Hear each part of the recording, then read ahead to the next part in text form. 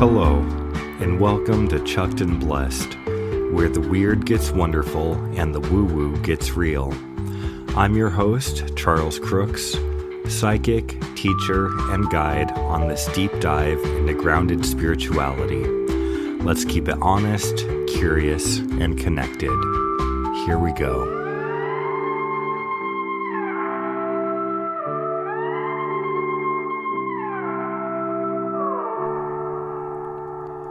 Hello, my friends, and welcome to another episode of Chucked and Blessed. And I'm really happy that you are here today because we are going to wrap up my foundational kind of series on how I see things, why I see things the way they are, kind of what's made my belief what it is to today. And this last component is one that is very, very important to me because it had such an impact on my growth and to where I am today. So today we are focusing on HeartMath Institute and their practices and kind of what that all looks like and what that did for me. So we're just going to jump right in. So my personal history with HeartMath, I think I mentioned the first episode that I had encountered them in the documentary called I Am, and that was by, I want to say, Tom Shadyac.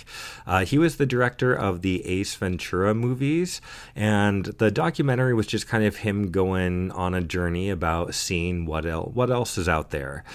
But then I encountered HeartMath again in the documentary called The Power of the Heart, which is, I think, still available on Gaia to stream.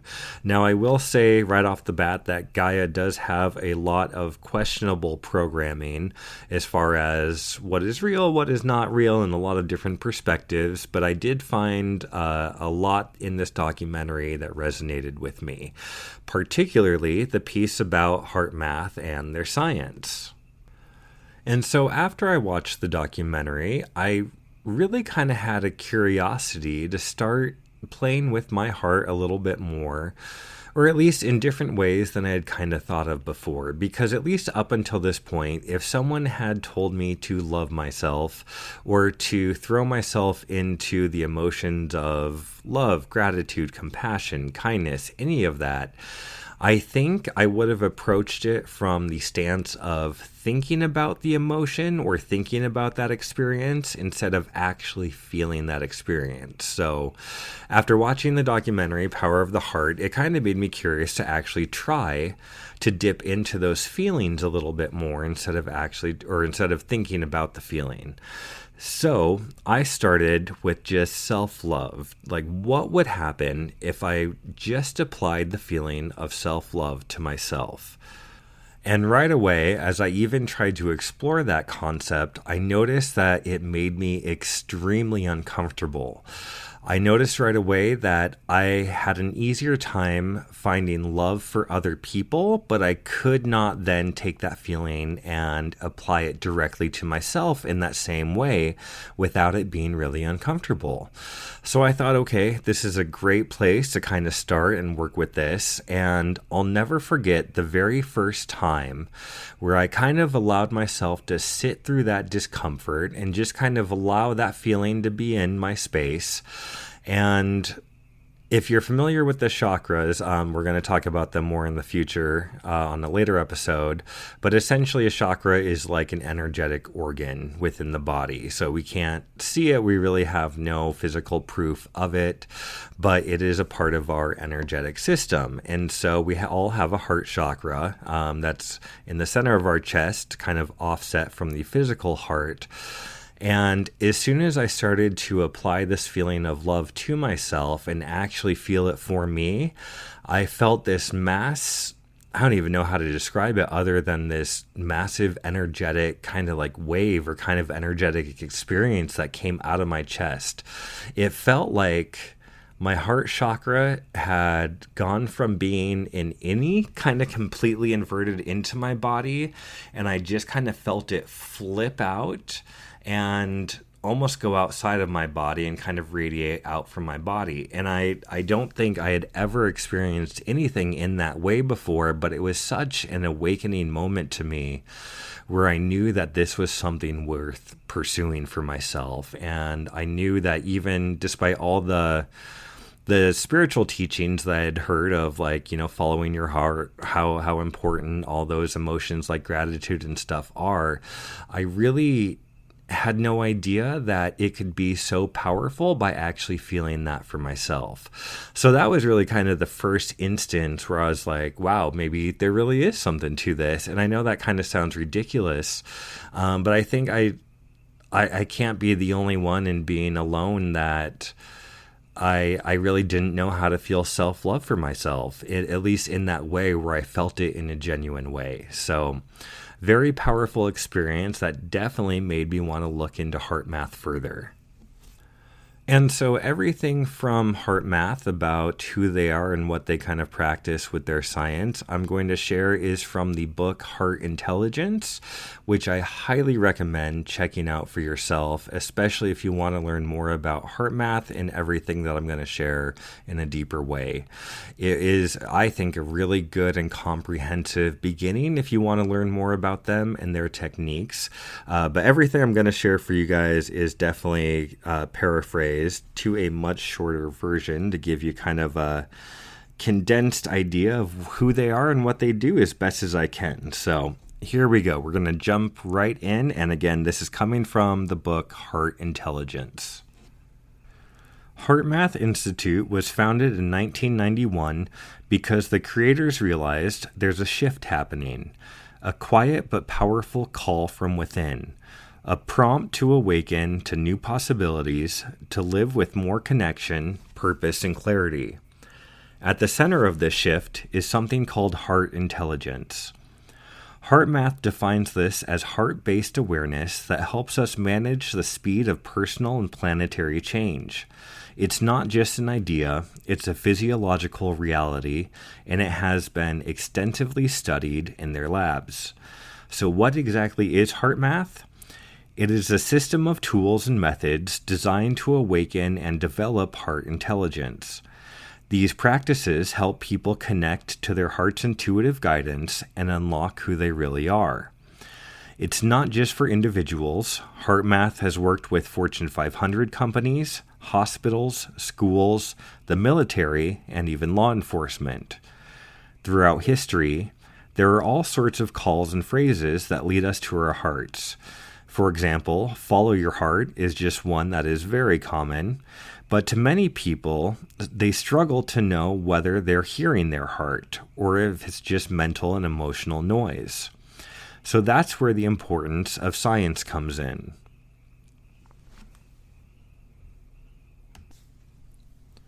HeartMath discovered that the heart is more than just a pump.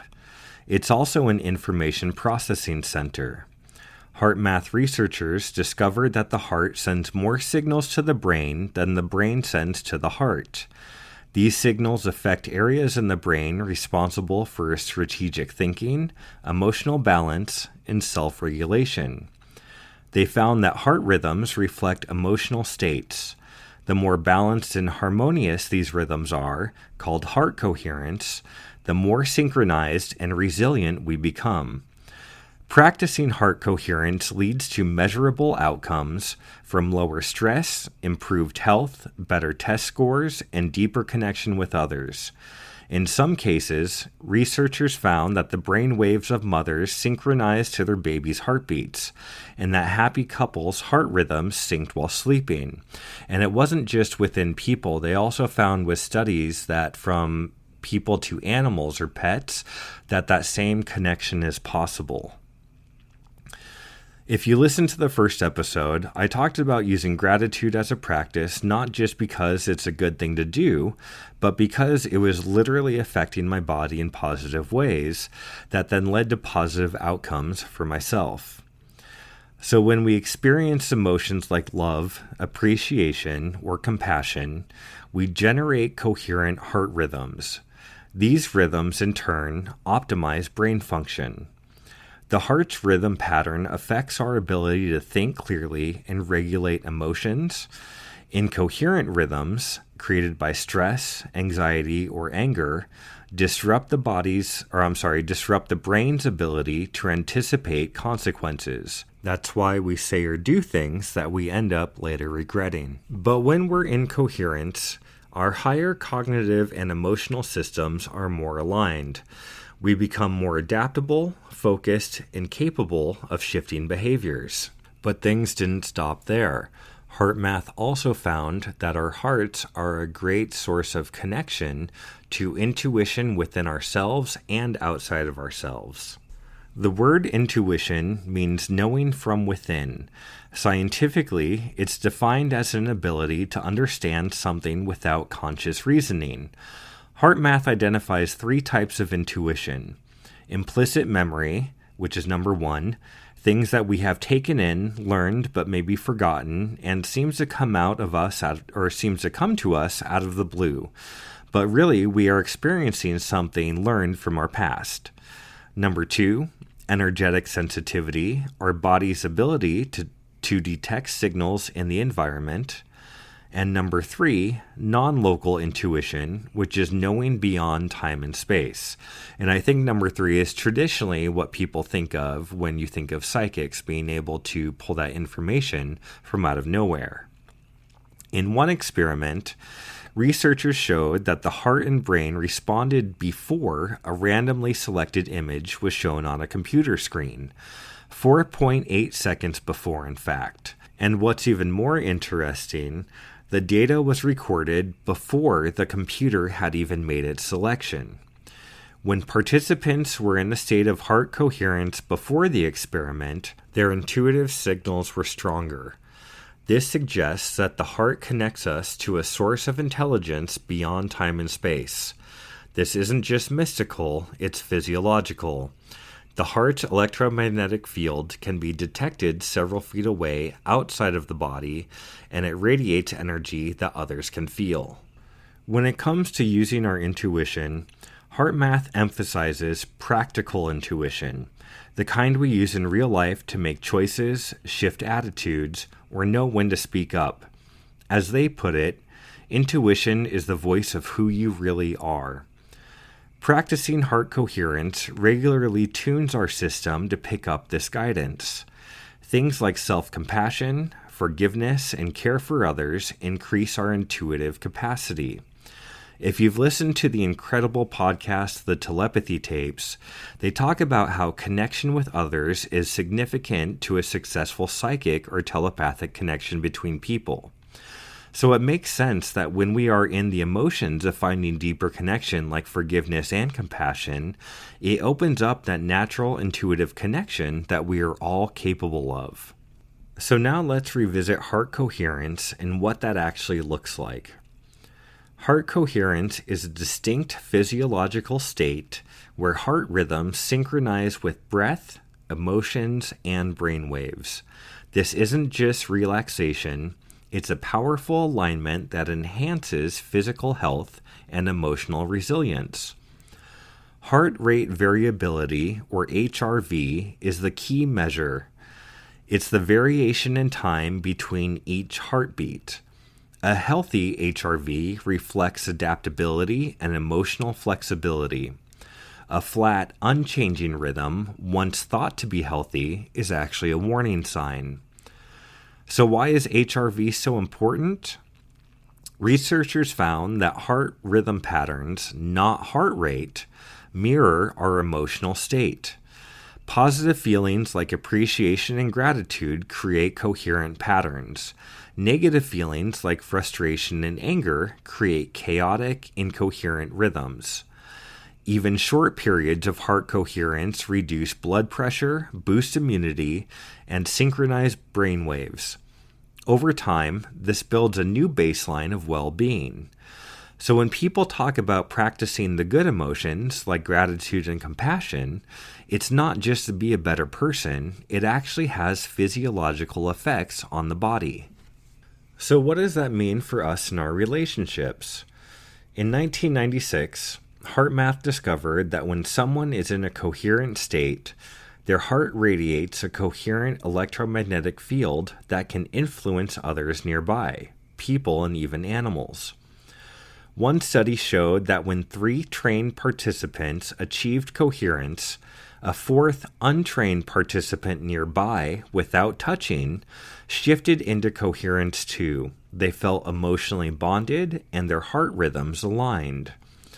This is called social coherence, a harmonious group state where communication and energy flow efficiently. Researchers observed that as more individuals in a group became coherent, the group forms an energetic field, a kind of collective intelligence that allows for greater creativity, alignment, and effectiveness. HeartMath realized the need to share that with the world, as they understood that more people want to connect with their hearts and follow their hearts. Through continuous studies, they found practicing coherence leads to better communication, fewer mistakes, more creativity, and better decision-making. In a study across 5 global companies with over 5,700 participants, after 6 to 9 weeks of HeartMath training, fatigue dropped by 44%, anxiety by 52%, anger and depression by 60%, sleep improved by 33%, and physical issues like rapid heartbeats and indigestion also dropped significantly. So what's striking is that even when only some employees continued the practice, the benefits spread across the whole organization. Managers noticed a shift in the environment as well. And that's the power of what HeartMath calls the social coherence multiplier effect. The same benefits have been seen in schools, where increasing individual and social coherence leads to healthier emotional environments and improved learning. HeartMath shows us that the heart is far more than an emotional symbol. It's an intelligent, communicative organ that influences every system in our body and the people around us.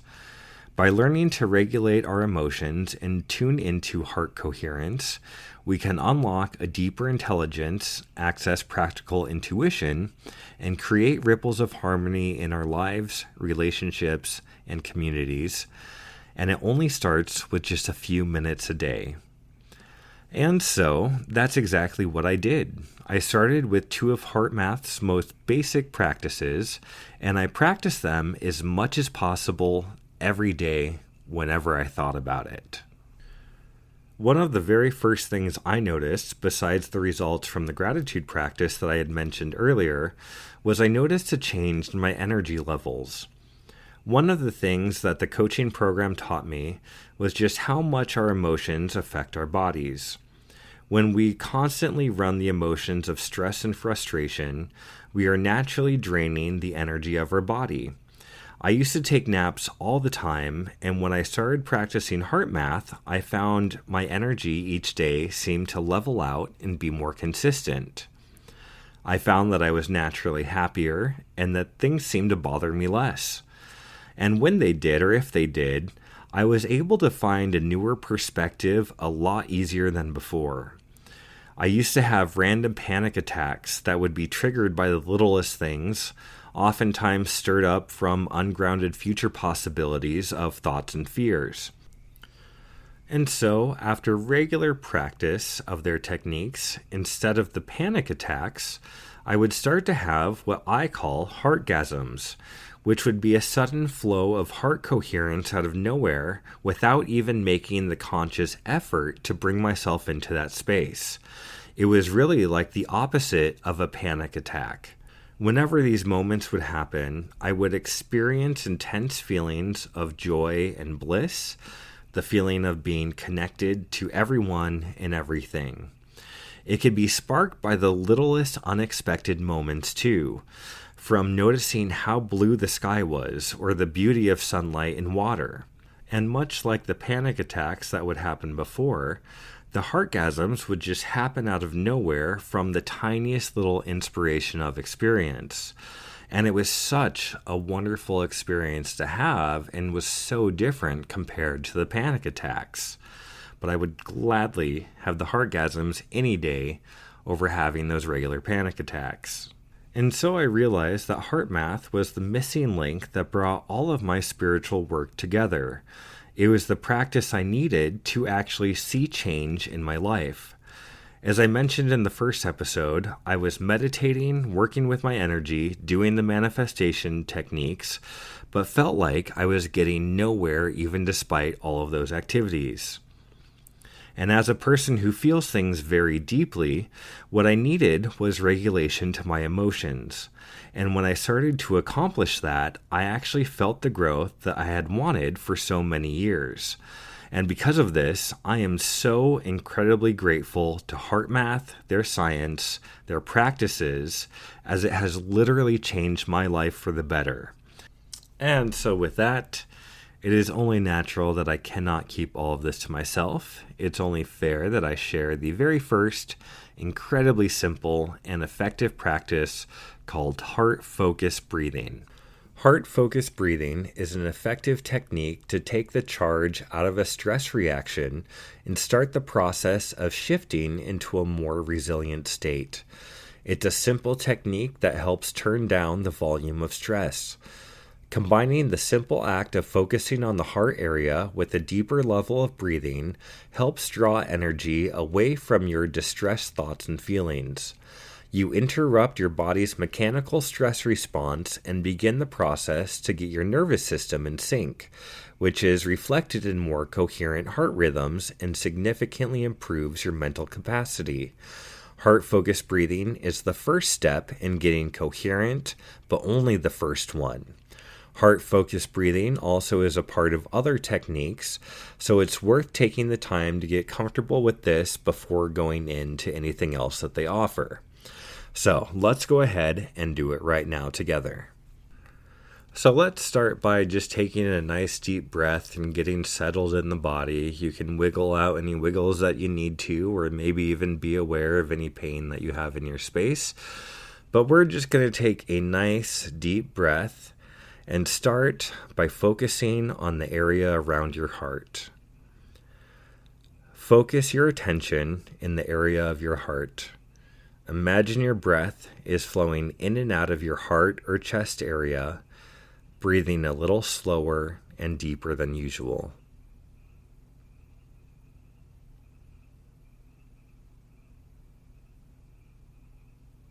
And for the breathing, you want it to be nice and steady, nice and even.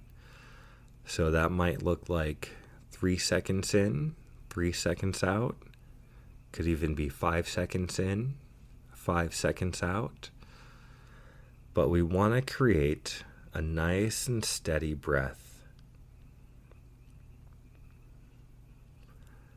I like to imagine like colored ribbons of light kind of flowing in and out of that heart space or chest area with every breath. And I just kind of see it gently flow into my chest and out with every inhale and exhale. But this can look to you however you want it to look.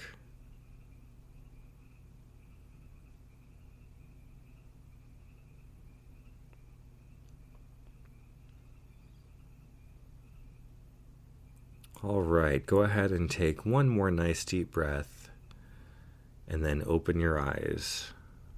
Now, we did this for a very short time, but I want you to try to practice doing it a little bit longer if you can. And just be aware of how your body feels afterwards. Do you notice any changes from maybe where you were before to where you are now? Maybe you were able to relax a little bit deeper, or if you have a lot more going on, maybe all it did was kind of quiet the thoughts and get you out of the space that you felt things so intensely. And so even if you have a little shift, I consider that a win. And keep in mind that this technique is meant to be practiced regularly, and it can also be an on-the-go technique. It doesn't have to be a meditative practice where you are sitting with your eyes closed. I just think that's a really good way to start to kind of experience the technique. But you want to then work into doing it with your eyes open any chance you get. And so the idea with this technique is that you kind of calm down your response that the body is having to whatever emotion is going on. And from there, it allows you to shift and reset into a different emotion of your choosing. And this takes practice, and especially if you're using it while you are feeling stressed out or have even a little panic attack going on, It's really going to be hard to do, so you want to do it as much as possible when you're feeling good, when you're feeling steady, when you don't have the harder, more difficult things going on. And I think a lot of people will tend to use this as a band-aid when they are feeling the more stressful emotions, but it needs to be practiced as much as possible so that way when you do have those heavier reactions, it's a lot easier to shift out of them.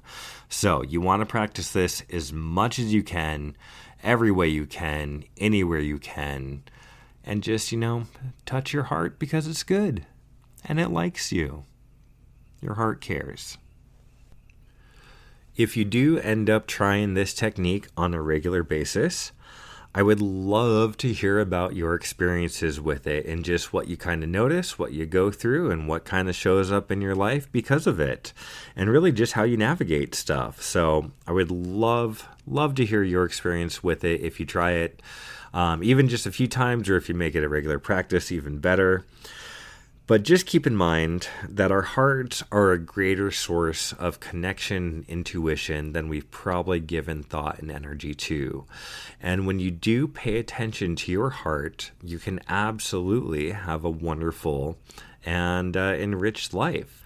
And I think one of the benefits of tapping into our greater intuitive abilities allows us to connect with higher forms of spirit. And so next episode, we're going to talk exactly about that, especially with having that heart coherence makes it very easier to talk to entities like your spirit guides, your higher self, angel energies, ascended masters, and all of that good fun stuff. So now that I've kind of laid the foundation of where I am, what I believe, it's time to get into what I think is all the fun stuff. So next time, starting with spirit guides, spirit communication. So I hope you join me for that. But this is all I've got for you today. So I cannot thank you enough for being here and being open once more.